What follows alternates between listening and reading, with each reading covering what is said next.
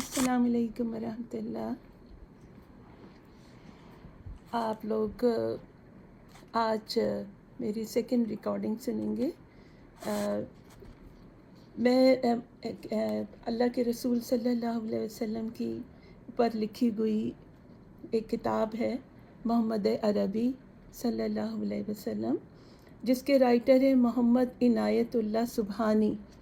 میں ان کی کتاب آپ کے سامنے پڑھ رہی ہوں، اور اگر آپ لوگوں کی حوصلہ افزائی جاری رہی تو انشاءاللہ تعالی اللہ تعالیٰ کی دی ہوئی توفیق سے، اللہ کی رحمت سے میں انشاءاللہ اس سلسلے کو جاری رکھوں گی، اور بھی آپ کے سامنے سیرت پر بہترین کتابیں لے کر آؤں گی انشاءاللہ تعالی۔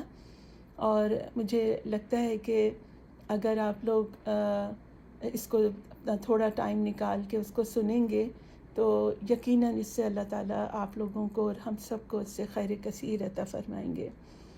لیکن سب سے اہم ترین چیز جو ہوتی ہے ہماری عمل میں، وہ ہوتی ہے ہماری نیت، جو کہ اللہ تعالیٰ جس چیز کے اوپر ہمارے تمام اعمال کی جانچ پڑتال ہوگی اور اللہ تعالیٰ کی بارگاہ عزت میں قبول ہوگی۔ ہماری ہر بھلے کام کی نیت صرف اور صرف اللہ رب العزت کے لیے ہونی چاہیے۔ اس کے لیے میں آپ سے ایک چیز شیئر کروں گی کہ میں نے اپنی ایک دوست سے سیکھا تھا، اس کو کافی سال ہو گئے الحمدللہ رب العالمین۔ سورہ انعام کی ایک آیت ہے، آیت نمبر 163، ان صلاتی و نسکی و محیای و مماتی للہ رب العالمین، یعنی میری نماز، میرے تمام مراسم عبودیت، میرا جینا اور مرنا سب کچھ اللہ رب العالمین کے لیے ہے۔ تو الحمدللہ رب العالمین، اللہ تعالیٰ کی دی ہوئی توفیق سے میں اس کو اکثر اپنی فجر کی نماز میں یا اپنی کسی اور نماز میں اس کو پڑھ لیتی ہوں، جس سے مجھے یاد دہانی ہو جاتی ہے۔ اور پھر میں جب کوئی بھی سورت پڑھتی ہوں اور اس کے بعد اس آیت کو پڑھ لیتی ہوں، اور پھر اس پہ آخر میں اس پہ زور دینے کے لیے میں کئی بار کہتی ہوں للہ رب العالمین۔ میں آپ سے صرف اس لیے شیئر کر رہی ہوں کہ شاید آپ کو اس سے فائدہ ہو۔ تو اس سے پھر کیا ہوتا ہے کہ ہماری توجہ جو ہے، ہماری نیت جو ہے، ہم دن بھر میں جتنے بھی اچھے کام کرتے ہیں، گھر کے بھی کام کرتے ہیں، جو کچھ بھی ہماری زندگی کے اچھی چیزیں ہیں، انشاءاللہ تعالیٰ اللہ کی رحمت سے امید کرتے ہیں کہ اللہ تعالیٰ اس کو اپنی بارگاہ عزت میں قبول کریں گے، کیونکہ بہت ساری چیزیں ہم عادتاً بھی کر رہے ہوتے ہیں۔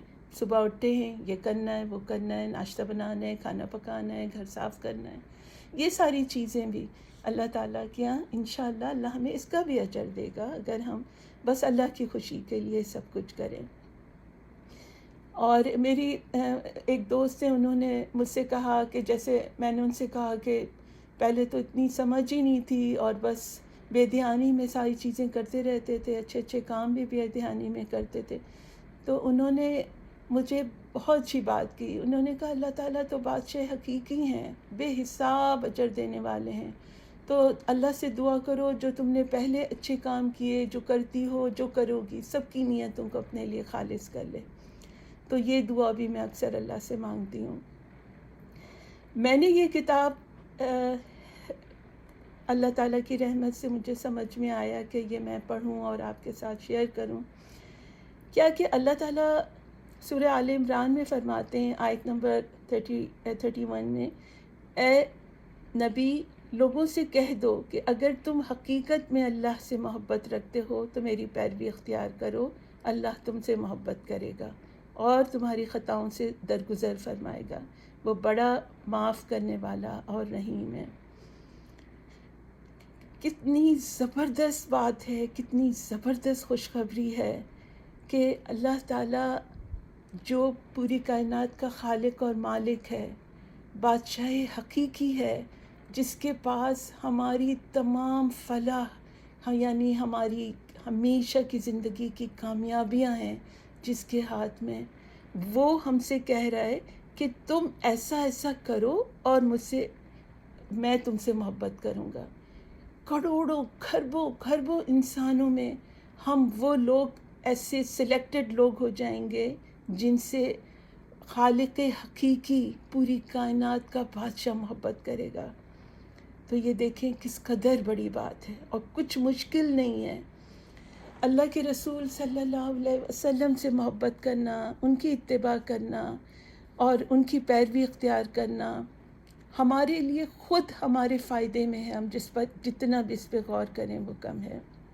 لیکن محبت کرنے کے لیے ہم کسی سے بھی یوں بھی ہم محبت کرتے ہیں تو سب سے پہلا اسٹیپ ہوتا ہے اس کے بارے میں جاننا۔ ہم کسی سے ایسے ہی تو نہیں محبت کرنے لگتے۔ تو آپ اللہ کے رسول صلی اللہ علیہ وسلم کے بارے میں ہم جاننا شروع کر رہے ہیں۔ یقیناً الحمدللہ آپ سب لوگ بہت سارے چیزیں ان کے بارے میں جانتے ہیں، لیکن اور زیادہ ہم اس سے اور زیادہ معلومات ہمیں ملیں گی انشاءاللہ تعالیٰ۔ اسی کتاب میں یہ بھی سب آئے گا کہ آپ صلی اللہ علیہ وسلم کو کیا پسند تھا، کیا نہیں پسند تھا، سارے کام کس طرح سے کرتے تھے، دیکھنے میں بھی آپ کی شخصیت کس طرح کی تھی اور آپ کے معاملات کیسے تھے۔ یہ ساری چیزیں انشاءاللہ تعالیٰ آپ نے پہلے پڑھی بھی ہوں گی تو آپ کی دوبارہ سے یاد دہانی ہو جائے گی۔ اور میں نے جو کل پہلا اس سے چیپٹر پڑھا، آپ نے ضرور اس پہ غور کیا ہوگا، اگر نہیں کیا تو آپ غور کریے گا کہ دیکھیے عرب کے کیا حالات تھے، ہے نا۔ حضرت ابراہیم علیہ السلام کے بعد سے وہاں پر کس طرح سے شرک اور بت پرستی پھیلی تھی۔ اس کا مین ریزن کیا تھا؟ آپ نے غور کیا ہوگا، اس کا مین ریزن تھا غلو کرنا۔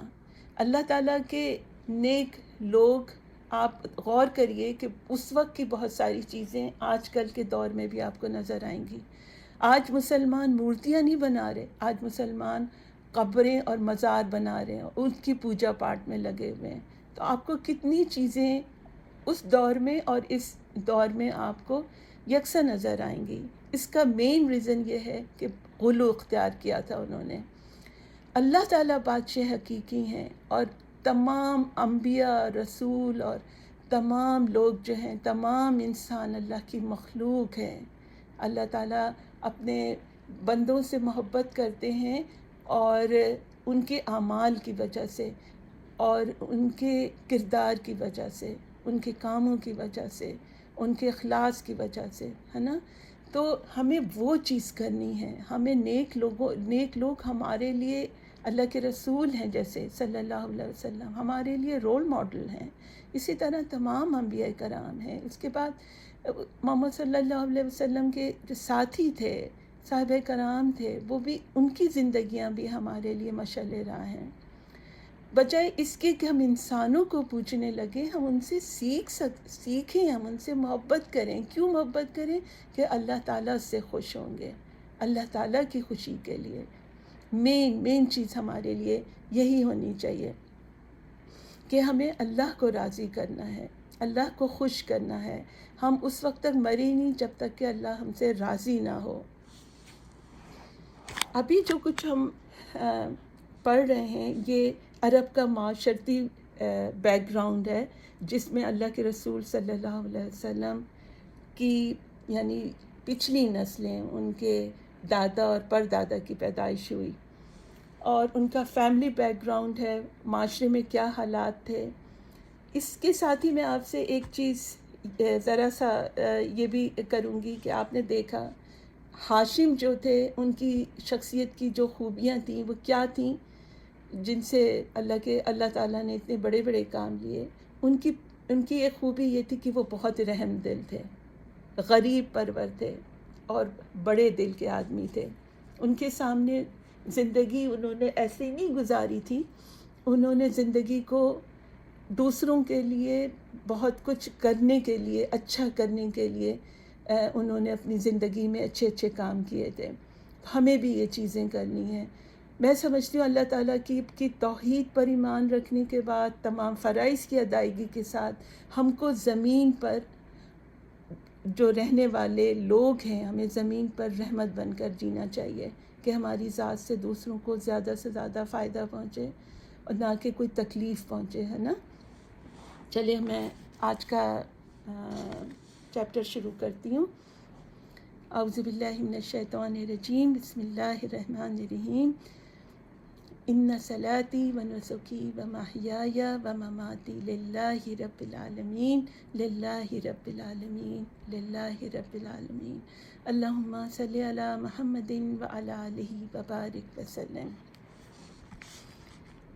مطلب کا انتقال ہوا تو عبد المطلب سمجھدار ہو چکے تھے، دست و بازو مضبوط ہو چکے تھے اور جسم میں توانائی آ چکی تھی، اس لیے چچا کا کام انہوں نے سنبھال لیا اور سقایا اور افادہ ان کے ہاتھ میں آ گیا۔ آبادی میں تو کنویں تھے ہی نہیں، جو کچھ تھے مکے کے اطراف میں تھے اور وہ بھی ادھر ادھر منتشر۔ حاجیوں کے لیے پانی وہیں سے لایا جاتا اور کعبے کے پاس کچھ حوض ہوتے ان میں بھرا جاتا۔ حوضوں کو مستقل بھرتے رہنا، پھر آئے دن ان کی صفائی کرنا ایک مسئلہ تھا۔ اس میں بڑی پریشانی ہوتی اور طرح طرح کی زحمتوں کا سامنا ہوتا، چنانچہ عبد المطلب بہت فکر مند ہوئے۔ چاہے زمزم کے متعلق مشہور تھا کہ اس کا پانی شیریں اور خوش ذائقہ تھا، کبھی خشک بھی نہ ہوتا اور جتنی ضرورت ہوتی حاصل ہو جاتا۔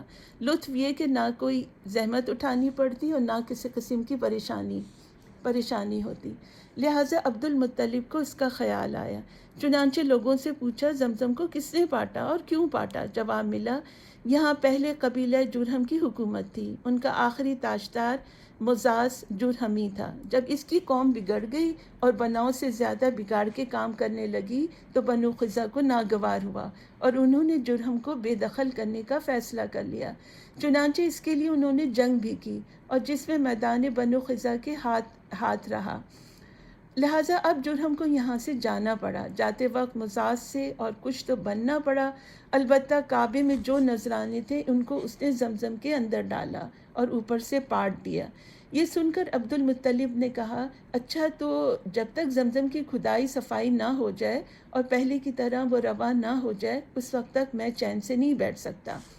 پھر ایک رات وہ سو رہے تھے کہ سوتے ہی میں یکایک یہ آواز سنی، زمزم کی کھدائی کر، اور پھر یہ غیبی آواز مسلسل آتی رہی جس سے ان کی ہمت اور بڑھی۔ چنانچہ کھدائی شروع ہو گئی، لیکن یہ کوئی آسان کام نہ تھا، جان توڑ محنت کرنی پڑی، خون پسینہ ایک کر دیا، تب کہیں جا کر پانی نکلا۔ زمزم میں مضاف کی تلواریں بھی ملیں اور کعبے کے وہ نذرانے بھی ملے۔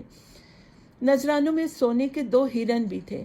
عبد المطلب نے تلواروں سے کعبے کے دروازے بنوائے اور ہرنوں کے ان کے دونوں طرف رکھ دیا کہ کعبے کی زینت بڑھے۔ زمزم کی کھدائی میں عبد المطلب تھک کر چور ہو گئے تھے، جس کا دل پر کافی اثر ہوا اور تنہائی کا احساس شدت سے ستانے لگا۔ اس وقت تک ان کے یہاں صرف ایک ہی اولاد تھی جس کا نام حارث تھا، لہٰذا انہوں نے نظر مانی اور اللہ تعالیٰ سے دعا کی، اے اللہ، اگر تو مجھے 10 بیٹے عطا فرمائے اور سب کے سب جوان ہو کر میرا ہاتھ بٹانے لگیں تو ایک کو تیرے نام پر قربان کر دوں گا۔ عبد المطلب کی یہ آرزو پوری ہوئی، اللہ نے ان کو 10 بیٹے دیے، سب پلے بڑھے جوان ہوئے اور ان کا ہاتھ بٹانے لگے۔ اب نظر پوری کرنے کا وقت آ گیا۔ عبد المطلب نے بیٹوں کو جمع کیا اور سارا قصہ سنایا۔ بیٹے بولے، ابا جان، ہم سب دل و جان سے حاضر ہیں، جس کو چاہیں آپ قربان کر دیں۔ باپ نے کہا، اچھا تو الگ الگ تیروں پر اپنے نام لکھ لاؤ۔ چنانچہ سب نام لکھ کر باپ کے پاس لے گئے۔ عبد المطلب نے ان تیروں کو لیا اور کعبے میں آئے، وہاں فال نکالنے والے سے ملے اور اس کو وہ تیر دے دیے کہ معلوم کرے کہ بتوں کے مہاراجا ہبل کو کون پسند ہے۔ اس وقت مکے میں رواج تھا کہ جب کوئی اہم کام درپیش ہوتا تو تیروں سے فال نکلواتے اور اس طرح دیوتاؤں کی مرضی معلوم کرتے۔ محنت یا پروہت تیروں کو لے جاتا اور دیوتاؤں کے سامنے ایک خاص طریقے سے پھراتا۔ جس تیر کا منہ دیوتا کی طرف ہو جاتا، سمجھتے کہ بس یہی دیوتا کی پسند ہے اور پھر اسی کے مطابق کام کرتے۔ محنت نے عبد المطلب کے تیر ہبل کے پاس پھرائے تو چھوٹے بیٹے عبداللہ کا نام نکلا۔ عبداللہ عبد المطلب کے چہیتے بیٹے تھے اور اپنے بھائیوں میں سب سے زیادہ انہیں محبوب تھے، لیکن وہ کیا کرتے، مجبور تھے، ان کو ذبح کرنے کے سوا کوئی چارہ نہ تھا کہ وہی ہبل کو پسند تھے۔ چنانچہ عبد المطلب نے بیٹے کا ہاتھ پکڑا اور انہیں لے کر زمزم کے پاس آئے کہ وہیں قربان گاہ تھی اور جس کو جو کچھ بھی کرنا ہوتا وہیں لا کر کرتا، اساف اور نائلہ کے حضور کہ یہ ان کے 2 بڑے دیوتا تھے۔ یہ خبر لوگوں کے دلوں پہ بجلی بن کر گری اور جنگل کی آگ کی طرح سارے شہر میں پھیل گئی۔ جو جس میں تھا عبد المطلب کی طرف دوڑ پڑا اور آنن فانن سارے لوگ اکٹھا ہو گئے۔ جسے دیکھی اس کی زبان پہ یہی تھا، نہیں نہیں عبد المطلب، اسے ہرگز ذبح نہ کیجیے۔ عبد المطلب عجیب کشمکش میں پڑ گئے۔ بولے میں تو نظر مان چکا ہوں، نظر پوری کرنا ضروری ہے، آخر میں کروں تو کیا کروں؟ جواب ملا، اگر مال فدیہ بن سکے تو ہم راضی ہیں، اونٹ ذبح کرنے سے کام بن جائے تو اس کے لیے بھی تیار ہیں۔ چنانچہ لوگ بہت دیر تک سوچتے رہے اور آپس میں مشورہ کرتے رہے کہ کیا کریں۔ پھر طے ہوا کہ یثرب کے اطراف میں ایک نجومی عورت ہے، گتھیاں سلجھانے میں ماہر ہے، چل کر اس سے پوچھا جائے۔ لوگ گئے، اس عورت سے ملے اور اس کو سارا حال بتایا۔ سب کچھ سن لینے کے بعد اس نے پوچھا، کسی قیدی کو چھڑانا ہو یا کسی مجرم کی جان بچانی ہو تو کتنا فدیہ دیتے ہو؟ لوگوں نے کہا 10 اونٹ۔ عورت نے کہا 10 اونٹ اور عبداللہ کے نام کا قرعہ ڈالو، اگر اونٹوں کے نام قرعہ نکل آئے تو بہتر ہے، ورنہ 20 اونٹ کر دو، پھر اگر پھر بھی عبداللہ کا نام نکلے تو 10 اور بڑھا دو، اسی طرح 10 بڑھاتے رہو یہاں تک کہ تمہارا رب راضی ہو جائے۔ لوگوں نے ایسے ہی کیا، 10 اونٹ اور عبداللہ کے نام کا قرعہ ڈالا تو عبداللہ کا نام نکلا، 10 بڑھا دیے، پھر عبداللہ کا نام نکلا، 10 مزید بڑھا دیے، پھر بھی عبداللہ ہی کا نام نکلا۔ لوگ اسی طرح 10 بڑھاتے رہے اور عبداللہ ہی کا نام نکلتا رہا۔ ادھر عبد المطلب کھڑے عاجزی کے ساتھ دعا میں مصروف تھے، خدایا فدیے کو قبول کر لے، خدایا عبداللہ کی جان بچا لے۔ جب بڑھتے بڑھتے 100 اونٹ ہو گئے تو قرعہ اونٹوں کے نام نکل آیا۔ اب کیا تھا، لوگ خوشی سے اچھل پڑے۔ عبد المطلب کو ہر طرف سے مبارکباد دی جانے لگی۔ مبارک ہو عبد المطلب، اللہ نے بیٹے کا فدیہ قبول کر لیا۔ لیکن عبد المطلب ابھی مطمئن نہ ہوئے اور دوبارہ قرعہ ڈلوا دیا کہ کوئی شبہ نہ رہ جائے، اللہ کی مرضی کیا ہے صاف صاف معلوم ہو جائے۔ پھر جب پوری طرح اطمینان ہو گیا تو اونٹ ذبح کیے گئے اور وہیں چھوڑ دیے گئے کہ جو چاہے ان سے فائدہ اٹھا لیں۔ عبداللہ کو خدا داد حسن ملا تھا، اٹھتی ہوئی جوانی تھی جو حسن کو دوبالا کر رہی تھی۔ چہرہ کیا تھا، چاند کا ٹکڑا تھا، ہر دیکھنے والی آنکھ ان پہ فدا تھی اور بہتری عورتیں ان سے شادی کی آرزومند تھیں۔ نظر والا واقعہ ہوا تو گھر گھر اس کا چرچا ہو گیا، اس سے ان کی عظمت اور بڑھ گئی اور سب دل و جان سے انہیں چاہنے لگے۔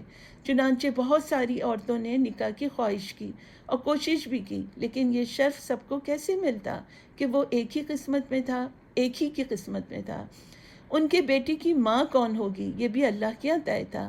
ان کی شادی آمنہ سے ہوئی جو قریش کی سب سے معزز خاتون تھیں اور بنی زہرہ کے سردار کی بیٹی تھیں۔ باپ نے بیٹے کی طرف سے نکاح کا پیغام دیا، آمنہ کے گھر والوں نے اسے باعث شرف سمجھا اور خوشی خوشی تیار ہو گئے۔ پھر چٹ پٹ شادی ہو گئی۔ دستور تھا کہ دولہا شادی کے بعد 3 سال سسرال میں رہتا۔ عبداللہ بھی 3 دن سسرال میں رہے، پھر گھر چلے آئے۔ ساتھ میں دلہن بھی آئی۔ اس وقت عبداللہ کی عمر تقریباً 17 سال تھی۔ شادی کو بھی کچھ ہی دن ہوئے تھے کہ تاجروں کا ایک کارواں شام جا رہا تھا، اس کے ساتھ عبداللہ بھی ہو لیے۔ پھر واپسی میں مدینہ سے گزرے، یہاں ان کے باپ کا ننیال تھا۔ تھکے تو تھے ہی، دم لینے کے لیے ٹھہر گئے، اتفاق سے بیمار پڑ گئے۔ ساتھیوں نے انہیں وہیں چھوڑ دیا اور مکے کا رخ کیا۔ وہاں پہنچ کر باپ کو بیماری کی خبر دی۔ عبد المطلب نے بیماری کا حال سنا تو فوراً بڑے بیٹے حارث کو مدینہ دوڑایا کہ وہاں جا کر بھائی کی تیمارداری کرے اور جب وہ اچھے ہو جائیں تو اپنے ساتھ لے کر آئیں۔ لیکن افسوس، حارث نے اپنے بھائی عبداللہ کو نہ دیکھا، وہ انہیں اپنے ساتھ مکے نہ لائے کہ باپ کی آنکھیں ٹھنڈی ہوتی، دلہن کے دل کو قرار آتا، قوم کو تسکین کا سامان ہوتا۔ کیا کرتے، قسمت ہی میں نہ تھا۔ کچھ دن پہلے ہی عبداللہ کا انتقال ہو چکا تھا اور جسم سپرد خاک ہو چکا تھا۔ باپ سے دور، دلہن سے دور، قوم سے دور، دور بہت دور۔ حارث واپس آئے تو عبداللہ کے بجائے عبداللہ کی موت کی خبر لائے۔ کسے معلوم تھا کہ شام کا یہ سفر آخرت بننے والا ہے، اور جہاں عبداللہ کی جان بچانے کی تدبیر کا سراغ لگا تھا وہیں اللہ کا فرشتہ پروانے موت لے کر اترنے والا ہے۔ مدینہ جہاں سے لوگ کل عبداللہ کی نئی زندگی کا پیغام لے کر آئے تھے، آج وہیں سے عبداللہ کی وفات کی حسرتناک خبر آ رہی ہے۔ خبر بڑی دردناک تھی، نوجوان کی موت، وہ عبداللہ جیسے نوجوان کی جس نے سنا تڑپ اٹھا۔ عبداللہ نے نئی زندگی پائی تھی، ان کی جان بچنے پر سب کو غیر معمولی خوشی تھی۔ اچانک موت کی خبر سن کر لوگوں کو غیر معمولی رنج ہوا، ساری قوم سوگوار تھی، ہر طرف اداسی چھائی ہوئی تھی۔ بوڑھے باپ پر تو رنج و غم کا پہاڑ ٹوٹ پڑا، صدمے سے دل پاش پاش ہو گیا۔ عبداللہ کی موت پر صبر آئے تو کیسے، اور آمنہ کا تو سہاگ ہی اجڑ گیا رضی اللہ تعالیٰ عنہ۔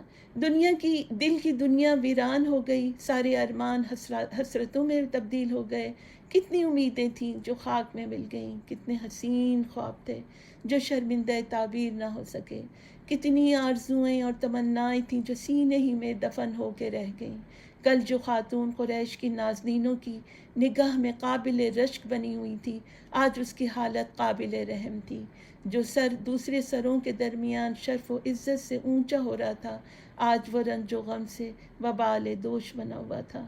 عبداللہ کا انتقال ہوا تو آمنہ رضی اللہ تعالیٰ عنہ امید سے تھیں۔ اللہ کی قدرت، کچھ ہی پہلے حبل دیوتا عبداللہ کی جان لینے پر تلے ہوئے تھے، مگر اللہ نے انہیں بھینٹ چڑھنے سے بچا لیا۔ اس وقت تک ان کے پاس اللہ کی ایک عظیم امانت تھی، انسانیت کی سب سے بیش قیمت متاع تھی۔ جب تک وہ کسی اور کے سپرد نہ ہو جائے، ناممکن تھا کہ عبداللہ اس دنیا سے چلے جائیں۔ اب وہ امانت آمنہ رضی اللہ تعالیٰ عنہ کو سونپی جا چکی تھی۔ عبداللہ سے اللہ کو جو کام لینا منظور تھا وہ پورا ہو گیا تو اللہ نے انہیں اٹھا لیا۔ اب کوئی فدیہ کام نہیں آ سکتا تھا، تقدیر کا فیصلہ اٹل تھا۔ آج یہیں تک، انشاءاللہ تعالیٰ کل پھر میں آپ کے سامنے ایک نیا چیپٹر لے کر آؤں گی انشاءاللہ تعالیٰ۔ امید ہے کہ آپ لوگ بہت شوق اور دلچسپی سے سنیں گے اور میری حوصلہ افزائی بھی کریں گے، اور اللہ تعالیٰ اس عمل کو ہمارے لیے، ہمارے دلوں میں اللہ تعالیٰ اپنی محبت دیں، اپنے پیارے رسول صلی اللہ علیہ وسلم کی محبت دیں، اور ان لوگوں کی محبت دیں جن سے اللہ تعالیٰ محبت کرتے ہیں۔ اور رب العزت ہم سب کو، ہر ایک کو، ساری انسانیت کو اللہ تعالیٰ اپنی عافیت میں رکھیں، ہر موذی مرض سے محفوظ رکھیں، اور دنیا اور آخرت کی خوش نصیبیاں، بھلائیاں عطا فرمائیں۔ آمین یا رب العالمین۔ اس دعا کے ساتھ میں آپ سے اجازت چاہتی ہوں۔ جزاک اللہ خیراً کثیرا۔ السلام علیکم ورحمۃ اللہ وبرکاتہ۔